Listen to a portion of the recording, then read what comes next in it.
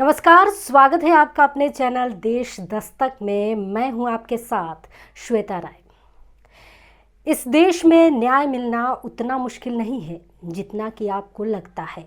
बस आपको लड़ना होगा। मैंने इस बात को हमेशा कहा है कि एक आदमी की गलती की सज़ा पूरे परिवार को देना पूरी तरह से गलत और अत्याचार है। मैं दावे के साथ यह कह सकती हूँ कि अगर किसी के अंदर 1% भी इंसानियत है तो वह भी यही सोचता होगा।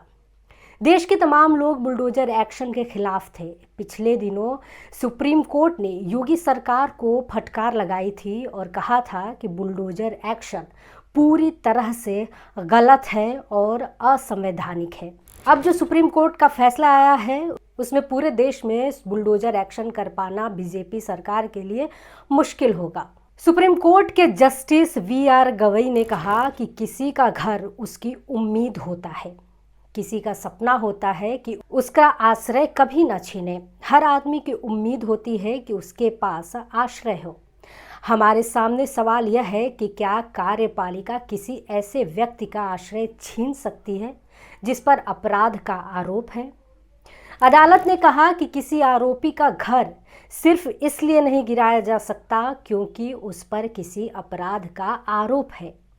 उन्होंने कहा कि आरोपों पर सच्चाई का फैसला सिर्फ न्यायपालिका ही करेगी। बुलडोजर एक्शन पर फैसला सुनाते वक्त सुप्रीम कोर्ट ने यह भी कमेंट किया कि घर सबका सपना होता है। ये बरसों का संघर्ष है और सम्मान की निशानी है। अगर घर गिराया जाता है तो अधिकारी को साबित करना होगा कि यही आखिरी रास्ता था। अफसर खुद जज नहीं बन सकते। इसी के साथ सुप्रीम कोर्ट के जस्टिस वी.आर. गवई और जस्टिस के.वी. विश्वनाथन के पीठ ने बीजेपी सरकार को फटकार लगाते हुए 15 दिशा निर्देश जारी किए हैं, जिसको ध्यान में रखते हुए ही बुलडोजर की कार्रवाई की जाएगी। अदालत ने कहा है कि अगर घर गिराने का फैसला ले लिया गया है तो 15 दिन का समय दिया जाए। घर गिराने की कार्रवाई की वीडियोग्राफी ज़रूरी है। अगर कोई अफसर गाइडलाइन का उल्लंघन करता है तो वो अपने खर्च पर दोबारा प्रॉपर्टी का निर्माण कराएगा और मुआवजा भी देगा। आपको बता दें कि उत्तर प्रदेश, मध्य प्रदेश और राजस्थान में लगातार बुलडोजर एक्शन के बाद जमीयत उलैमाए हिंद ने सुप्रीम कोर्ट में याचिका लगाई थी। आरोप लगाया था कि बीजेपी शासित राज्यों में मुसलमानों को निशाना बनाया जा रहा है और बुलडोजर एक्शन लिया जा रहा है। इसी याचिका पर सुप्रीम कोर्ट ने यह बड़ा एक्शन लिया है। अदालत ने कहा है कि कानून का शासन लोकतांत्रिक शासन का मूल आधार है। यह मुद्दा आपराधिक न्याय प्रणाली में निष्पक्षता से संबंधित है। यह अनिवार्य करता है कि कानूनी प्रक्रिया को अभियुक्त के अपराध के बारे में पूर्वाग्रह से ग्रसित नहीं होना चाहिए। कोर्ट ने कहा कि ये राज्य सरकार की जिम्मेदारी है कि वो राज्य में कानून व्यवस्था बनाए रखें। चलिए अब हम आपको बताते हैं कि सुप्रीम कोर्ट ने वो कौन सी गाइडलाइंस जारी किए हैं जिसको बीजेपी सरकार और बुलडोजर एक्शन से पहले मानना ज़रूरी है। सुप्रीम कोर्ट ने कहा है कि मालिक को एडवांस नोटिस दिए बिना कोई भी इमारत नहीं गिराई जाएगी। नोटिस इमारत पर सही जगह चिपकाना होगा। वहीं नोटिस 15 दिन पहले देना होगा। इसमें इमारत गिराने की वजह और इस पर कार्रवाई की तारीख ज़रूर देनी होगी। 3 महीने में डिजिटल पोर्टल बनाएं जहां ऐसे नोटिस की डिटेल और इमारत पर चिपकाए जाने की तारीख बताई जाए। नोटिस जारी किए जाने के तुरंत बाद एक ऑटो जनरेटेड ईमेल कलेक्टर और डिस्ट्रिक्ट मजिस्ट्रेट को भेजा जाए ताकि बैक डेटिंग को रोका जा सके। व्यक्तिगत सुनवाई की तारीख देनी होगी। इस सुनवाई के दौरान इमारत के मालिक के बयानों को रिकॉर्ड किया जाए। आदेश में यह बताना जरूरी है कि इमारत या निर्माण गिराए जाने का कदम जरूरी क्यों है। यह भी बताएं कि क्या इमारत गिराना ही आखिरी रास्ता है या फिर एक हिस्सा भी गिराया जा सकता है।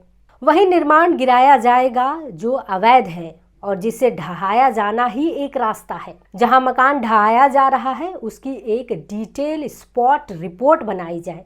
इस कार्रवाई की वीडियोग्राफी हो जिसमें पुलिस और अधिकारी भी शामिल रहे। डिटेल्स स्पॉट रिपोर्ट को डिजिटल पोर्टल पर भी दिखाना जरूरी होगा। गाइडलाइन तोड़ने पर कोर्ट की अवमानना का केस चलेगा या अन्य कानूनी कदम उठाए जाएंगे। संबंधित अधिकारी को जिम्मेदार ठहराया जाएगा। उसे गिराई गई इमारत को दोबारा निर्माण कराना होगा और उचित मुआवजा भी देना पड़ेगा। इन दिशा निर्देशों को जारी करते हुए सुप्रीम कोर्ट ने कहा, अगर कोई व्यक्ति सिर्फ आरोपी है, ऐसे में उसकी प्रॉपर्टी को गिरा देना पूरी तरह से असंवैधानिक है। अधिकारी यह तय नहीं कर सकते कि कौन दोषी है। वे खुद जज नहीं बन सकते कि कोई दोषी है या नहीं। यह सीमाओं को पार करना हुआ। जस्टिस गवई ने कहा, एक घर सामाजिक आर्थिक ताने बाने का मसला है। ये सिर्फ एक घर नहीं होता है, यह बरसों का संघर्ष है।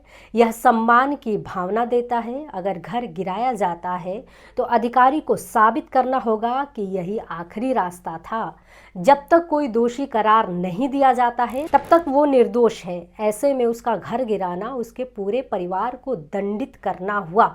सुप्रीम कोर्ट के इस फैसले और दिशा निर्देश के बाद मुमकिन है कि जो बुलडोजर कार्रवाई, बुलडोजर एक्शन लिया जा रहा है उस पर थोड़ा रोक लगेगा, क्योंकि कहीं ना कहीं एक अपराधी के कारण पूरे घर को गिरा देना, उससे पूरा परिवार अफेक्टेड होता है, कहीं का भी न्याय नहीं है।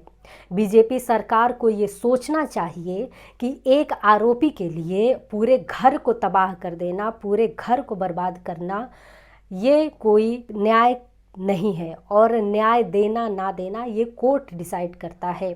सिर्फ आरोप हो जाने से कोई आरोपी या अपराधी नहीं हो जाता है जब तक कोर्ट फैसला नहीं सुनाता है। तो सिर्फ आरोप लगाने के विहाप पे अगर आप किसी का घर गिराते हैं तो यह पूरी तरह से गैर कानूनी है। सुप्रीम कोर्ट का ये फैसला लोगों को राहत देगा। क्या सुप्रीम कोर्ट के इस फैसले को बीजेपी सरकार मानेगी? सुप्रीम कोर्ट के फैसले को लेकर आप क्या सोचते हैं? अदालत का ये फैसला कितना सही है और कितना गलत है? अपनी राय कमेंट बॉक्स में ज़रूर दीजिए और बने रहिए हमारे साथ, देखते रहिए हमारा चैनल देश दस्तक। नमस्कार।